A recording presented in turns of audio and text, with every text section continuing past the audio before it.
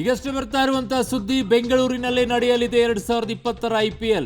ಅಲ್ಲ ಇಲ್ಲೂ ಒಂದಿಷ್ಟು ಪಂದ್ಯಗಳು ನಡೆಯುತ್ತೆ. ಚಿನ್ನಸ್ವಾಮಿ ಸ್ಟೇಡಿಯಂನಲ್ಲಿ IPL ಪಂದ್ಯಾವಳಿಗಳು ನಡೆಯಲಿದೆ. ಬೆಂಗಳೂರಲ್ಲಿ DCM DK ಶಿವಕುಮಾರ್ ಅವರು ಹೇಳಿಕೆಯನ್ನ ಕೊಟ್ಟಿದ್ದಾರೆ. IPL ಬೆಂಗಳೂರು ಬಿಟ್ಟು ಹೋಗದಂತೆ ನೋಡಿಕೊಳ್ಳಲಾಗುತ್ತೆ ಅಂತ ಹೇಳಿದ್ದಾರೆ. ಕಾಲ್ ತುಳಿತದಂತಹ ಅವಘಡ ನಡೆಯದಂತೆ ಕ್ರಮವನ್ನ ವಹಿಸ್ತೀವಿ ನಾವು.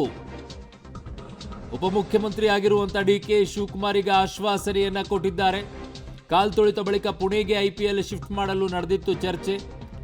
RCB ಅಭಿಮಾನಿಗಳಿಗೆ ಈಗ ಗುಡ್ ನ್ಯೂಸ್ ಏನಪ್ಪಾ ಅಂತಂದ್ರೆ, ಉಪಮುಖ್ಯಮಂತ್ರಿಗಳು ಹೇಳ್ತಾ ಇದ್ದಾರೆ, ಬೆಂಗಳೂರಿನಲ್ಲೇನೆ ನಡೆಸ್ತೀವಿ, ಬೆಂಗಳೂರು ಬಿಟ್ಟು ಹೋಗೋದಿಲ್ಲ, ನಾವೇನು ಕ್ರಮ ತಗೊಳ್ಬೇಕು ನಾವು ಕ್ರಮ ತಗೊಳ್ತೀವಿ, ಚಿನ್ನಸ್ವಾಮಿ ಸ್ಟೇಡಿಯಂನಲ್ಲಿ ನಡೆಯುತ್ತೆ ಇದು ಅನ್ನುವಂಥ ವಿಶ್ವಾಸವನ್ನ ವ್ಯಕ್ತಪಡಿಸಿದ್ದಾರೆ.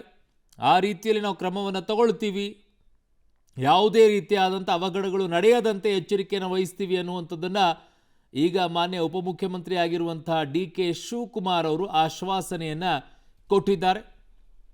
ಆಗುತ್ತಾ, ನಡೆಯುತ್ತಾ, ನಡೆಯಲ್ವಾ, ಯಾವ ರೀತಿಯಾಗಿ ಕ್ರಮ ತಗೊಳ್ತಾರೆ ಏನು ಅನ್ನುವಂಥದ್ದನ್ನು ಈಗ ಸದ್ಯಕ್ಕೆ ನೋಡಬೇಕಾಗಿದೆ. ಬೆಂಗಳೂರಿನಲ್ಲಿ DCM DK ಶಿವಕುಮಾರ್ ಅವರು ಕೊಟ್ಟಂತಹ ಹೇಳಿಕೆ ಇದಾಗಿದೆ. ಕಾಲ್ ತುಳಿತದ ಬಳಿಕ ಪುಣೆಗೆ ಶಿಫ್ಟ್ ಆಗುವಂಥ ಯೋಚನೆ ಇತ್ತು, ಆದರೆ ಇದು ಯಾವುದು ಬೇಡ, ಈಗ ಬೆಂಗಳೂರಿನಲ್ಲಿ ನಡೆಸೋಣ, ನಾವು ಎಲ್ಲ ರೀತಿಯಾದಂಥ ಎಚ್ಚರಿಕೆ ಹೆಜ್ಜೆಯನ್ನು ಇಡ್ತೀವಿ ಅನ್ನುವಂಥದ್ದನ್ನು ಉಪಮುಖ್ಯಮಂತ್ರಿಗಳು ಹೇಳಿದ್ದಾರೆ. ನಾನು KCA ಮೆಂಬರು. ನಾನು ಚಿಕ್ಕ ಹುಡುಗ ಇದ್ದಾಗ ನಮ್ಮ ನಾಗರಾಜ್ ಅವರು ನನಗೆ ಮೆಂಬರ್ಶಿಪ್ ಕೊಟ್ಟರು. ಬರೀ 2700 ರೂಪಾಯಿಗೆ ಚೆಕ್ ಕೊಟ್ಟರು. ಅವ್ರ ಮಗ ನಾನಿಬ್ಬರು ಜೊತೆಲಿ ಓದ್ತಿದ್ದೋ. ಜೊತೆಗೆ ಬೇರೆ ಎಲ್ಲ ಟೀಮ್ ಫ್ರೆಂಡ್ಸು ಗೊತ್ತು ನನಗೆ. ಬ್ರಿಜೇಶ್ ಇರ್ಬೋದು, ಅನಿಲ್ ಕುಂಬ್ಳೆ ಇರ್ಬೋದು, ಪ್ರಸನ್ನ ಇರ್ಬೋದು, ಎಲ್ಲರೂ ಕೂಡ ನನಗೆಲ್ಲ ಪರಿಚಯ.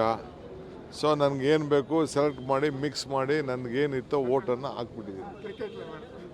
I am a cricket lover. So ಮುಂದಕ್ಕೆ ಕರ್ನಾಟಕ ರಾಜ್ಯದಲ್ಲಿ ಬೆಂಗಳೂರಲ್ಲಿ ಏನು ಅನಾಹುತ ಆಗಿದೆ ಅದೆಲ್ಲ ತಪ್ಪಿಸಿ ಮುಂದಕ್ಕೆ ಈ KCಯಲ್ಲಿ ಸ್ಟೇಡಿಯಂ ನಡೆದು ನಮ್ಮ ಬೆಂಗಳೂರಿನ ಗೌರವನ ಉಳಿಸೋ ರೀತಿಯಲ್ಲಿ ನಾವು ಮಾಡ್ತೀವಿ. ಬಟ್ ವಿತ್ ಸರಿಯಾದ ರೀತಿಯಲ್ಲಿ ಕಾನೂನು ಚೌಕಟ್ಟಿನಲ್ಲಿ ಸ್ವಲ್ಪ ಈ ಕ್ರೌಡ್ ಮ್ಯಾನೇಜ್ಮೆಂಟ್ನ ಸ್ವಲ್ಪ ಗಮನದಲ್ಲಿ ಇಟ್ಕೊಂಡು ಇನ್ನು ಮುಂದಕ್ಕೆ ಈ ಸ್ಟೇಡಿಯಂನ ನಾವು ಬಳಸ್ತೀವಿ. ಇದ್ರ ಜೊತೆಗೆ ಆಲ್ಟರ್ನೇಟಿವ್ ಸ್ಟೇಡಿಯಂ ಕೂಡ ದೊಡ್ಡ ಸ್ಟೇಡಿಯಂನ ಮಾಡ್ತೀವಿ. ಸರ್, ಲಾಸ್ಟ್ ಇಯರ್ ಆದಂಥ ಏನಿದೆ ಅವಾಂತರ, ಇದಾದ ಮೇಲೆ ಒಂದಷ್ಟು ಬೆಳವಣಿಗೆಗಳಾಗಿದೆ. ಇಲ್ಲಿಂದ IPL ಬೇರೆ ಕಡೆಗೆ ಶಿಫ್ಟ್ ಆಗಬೇಕು, ಅದೆಲ್ಲ ಮುಂದಕ್ಕೆ ನಾವು ಯಾವ IPL ಶಿಫ್ಟ್ ಆಗಿಬಿಡಲ್ಲ, ಇಲ್ಲೇ ನಡೆಸಿಸ್ತೀವಿ. ಇದು ಕರ್ನಾಟಕ ರಾಜ್ಯದ ಬೆಂಗಳೂರಿನ ಗೌರವ, ಇದನ್ನು ನಾವು ಕಾಪಾಡ್ಕೊಂಡು ಆಯಿತು. ಏನೇನಿದೆ ಅದಕ್ಕೆಲ್ಲ ಮುಂದಕ್ಕೆ ಅವಕಾಶ ಕೊಡ್ತೀವಿ. ನಾನು KCA ಮೆಂಬರು. ನಾನು ಚಿಕ್ಕ ಹುಡುಗ ಇದ್ದಾಗ ನಮ್ಮ ನಾಗರಾಜ್ ಅವರು ನನಗೆ ಮೆಂಬರ್ಶಿಪ್ ಕೊಟ್ಟರು. ನನ್ನ ಸಹೋದ್ಯೋಗಿ ಈಗ ರಾಘು ಮರಿಸ್ವಾಮಿ ನನ್ನ ಸಂಪರ್ಕಕ್ಕೆ ಸಿಗ್ತಾ ಇದ್ದಾರೆ. ರಾಘು, ಏನು ಡೀಟೇಲ್ ಸಿಗ್ತಾ ಇದೆ? IPL ಈಗ ಒಂಥರ ಬೇಜಾರಾಗೋಗ್ಬಿಟ್ಟಿತ್ತು ಬೆಂಗಳೂರಿನಲ್ಲಿ, ಈ ಸಿಗೋದಿಲ್ಲ, ಇನ್ಮೇಲೆ ಮ್ಯಾಚ್ ಆಡಿಸಲ್ಲ ಅಂತೇಳಿ. ಈಗ ಒಂದು ಗುಡ್ ನ್ಯೂಸ್ ಸಿಕ್ಕಿದೆಯಾ?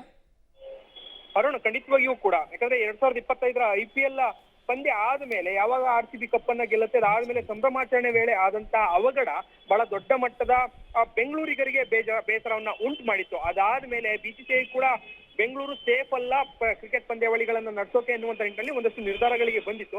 ಅಷ್ಟೇ ಅಲ್ಲ, ಅನೇಕ ಪಂದ್ಯಗಳು ಬೆಂಗಳೂರಿನಿಂದ ಬೇರೆ ಕಡೆಗೆ ಶಿಫ್ಟ್ ಅನ್ನ ಮಾಡಲಾಗಿತ್ತು. ಪ್ರಮುಖವಾಗಿ IPL ನ ವಿಚಾರಕ್ಕೆ ಬರೋದಾದ್ರೆ, ಬೆಂಗಳೂರಿನ ಹೋಮ್ ಗ್ರೌಂಡ್ ಅನ್ನ ತೆಗೆದು ಬೇರೆ ಕಡೆಗೆ, ಅಂದ್ರೆ RCB ತಂಡ ಏನಿದೆ ಅದರ ಹೋಮ್ ಗ್ರೌಂಡ್ ಅನ್ನ ಬೆಂಗಳೂರಿನಿಂದ ಪುಣೆಗೆ ಶಿಫ್ಟ್ ಮಾಡುವಂತ ತಯಾರಿಗಳೆಲ್ಲವೂ ಕೂಡ ಆಗಿತ್ತು. ಇದಕ್ಕೆ ಸಂಬಂಧಪಟ್ಟಂತೆ ಯಾಕೆ IPL ಅನ್ನ ಆಯೋಜನೆ ಮಾಡೋದಿಕ್ಕೆ ಬೆಂಗಳೂರು ಸೂಕ್ತ ಅಲ್ಲ ಅನ್ನುವಂತ ಕಾರಣಗಳನ್ನ ಕೂಡ BCCI ಕೇಳಿತ್ತು. ಅದ್ರ ಪ್ರಕಾರವಾಗಿ KCA ಕೂಡ ಅದಕ್ಕೆ ಸಂಬಂಧಪಟ್ಟಂತೆ ಎಲ್ಲ ಮಾಹಿತಿಗಳನ್ನ ನೀಡಿದ್ರು. ಅದಾದ ಮೇಲೆ ಈಗ ಸದ್ಯ ಇದಕ್ಕೆ ಸಂಬಂಧಪಟ್ಟಂತೆ ಇನ್ನು ಮುಂದೆ ಯಾವುದೇ ರೀತಿಯಾದಂತ ತೊಂದರೆಗಳು ಆಗದೆ ಇರೋ ರೀತಿಯಲ್ಲಿ ಪಂದ್ಯಗಳನ್ನ ನಡೆಸ್ತೇವೆ ಅನ್ನುವಂತ ವಿಚಾರವನ್ನ ಖುದ್ದು DCM ಅವರೇ ಸ್ಪಷ್ಟಪಡಿಸಿದ ಹಾಗೆ ಕಾಣ್ತಾ ಇದೆ. ಸೊ ಅದೇ ವಿಚಾರಕ್ಕೆ ಸಂಬಂಧಪಟ್ಟಂತೆ ಇವತ್ತು KCA ಚುನಾವಣೆಯಲ್ಲಿ ಭಾಗಿಯಾದಂತಹ DCM ಮತದಾನವನ್ನ ಮಾಡಿ ಬಂದು ನೇರವಾಗಿ ಘೋಷಣೆಯನ್ನ ಕೂಡ ಮಾಡಿರುವಂತದ್ದು. ಅಂದ್ರೆ ಈ ಬಾರಿ IPL ಯಾವುದೇ ಕಾರಣಕ್ಕೂ, ಅಂದ್ರೆ ಮುಂಬರುವಂತ 2026ರ IPL ಬೆಂಗಳೂರಿನಿಂದ ಯಾವುದೇ ಕಾರಣಕ್ಕೂ ಶಿಫ್ಟ್ ಆಗೋದಿಲ್ಲ. ಅದು ನಮ್ಮ ಹೆಮ್ಮೆ. ಹೀಗಾಗಿ ನಾವು ಅದನ್ನ ಬಿಟ್ಕೊಡೋದಿಲ್ಲ. ಏನೇ ಇದ್ರೂ ಕೂಡ ಮುಂದಿನ ದಿನಗಳಲ್ಲಿ ಕ್ರಮಗಳನ್ನ ತೆಗೆದುಕೊಂಡು ಎಚ್ಚರಿಕೆಯನ್ನ ವಹಿಸಿ SOP ಪ್ರಕಾರವೇ ನಾವು ನಡೆಸುವಂತ ಕೆಲಸಗಳನ್ನ ಮಾಡ್ತೀವಿ. ಸೊ ಹಾಗಾಗಿ ಮುಂಬರುವಂತ IPL ಎಲ್ಲಿಗೂ ಕೂಡ ಹೋಗೋದಿಲ್ಲ ಇಲ್ಲ ಅನ್ನುವಂತ ಒಂದು ಗುಡ್ ನ್ಯೂಸ್ ಅನ್ನ RCB ಅಭಿಮಾನಿಗಳಿಗೆ ಕೊಟ್ಟಿದ್ದಾರೆ. ಬಟ್ ಈಗ ಮುಂದೆ BCCI ಅನ್ನ ಮನವೊಲಿಸುವಂತಹ ನಿಟ್ಟಿನಲ್ಲಿ ಜೊತೆಗೆ ಸರ್ಕಾರವನ್ನು ಕೂಡ ಮನವೊಲಿಸುವಂತ ನಿಟ್ಟಿನಲ್ಲಿ DCM ಯಾವ ಪಾತ್ರವನ್ನು ವಹಿಸ್ತಾರೆ ಅನ್ನೋದನ್ನ ಕಾದ್ ನೋಡ್ಬೇಕಿದೆ. ಯಾಕಂದ್ರೆ ಸರ್ಕಾರವೂ ಕೂಡ ಇದಕ್ಕೆ ಅನುಮತಿಯನ್ನ ಕೊಡಬೇಕಿದೆ, ಜೊತೆಗೆ ಪೊಲೀಸ್ ಇಲಾಖೆ ಎಲ್ಲವೂ ಕೂಡ ಅನುಮತಿಗಳನ್ನ ಕೊಡಬೇಕಿರುವಂತ ಕಾರಣಕ್ಕಾಗಿ BCCI ಅನ್ನು ಕೂಡ ಒಪ್ಪಿಸಬೇಕಾಗಿರುವಂತ ಕಾರಣಕ್ಕಾಗಿ ಸದ್ಯ ಯಾವ ರೀತಿಯಾಗಿ ಇದರ ವಿಚಾರ ಸಂಬಂಧಪಟ್ಟಂಗೆ ಜವಾಬ್ದಾರಿಯನ್ನ ತೆಗೆದುಕೊಳ್ತಾರ ಅಥವಾ ಮಧ್ಯಸ್ಥಿಕೆಯನ್ನ ವಹಿಸ್ತಾರ ಅನ್ನೋದನ್ನ ಕಾದ್ ನೋಡ್ಬೇಕಾಗುತ್ತೆ. ಅರುಣ್. ಓಕೆ ರಘು, ನಿಮ್ಮೆಲ್ಲ ಮಾಹಿತಿಗೆ ಧನ್ಯವಾದಗಳು.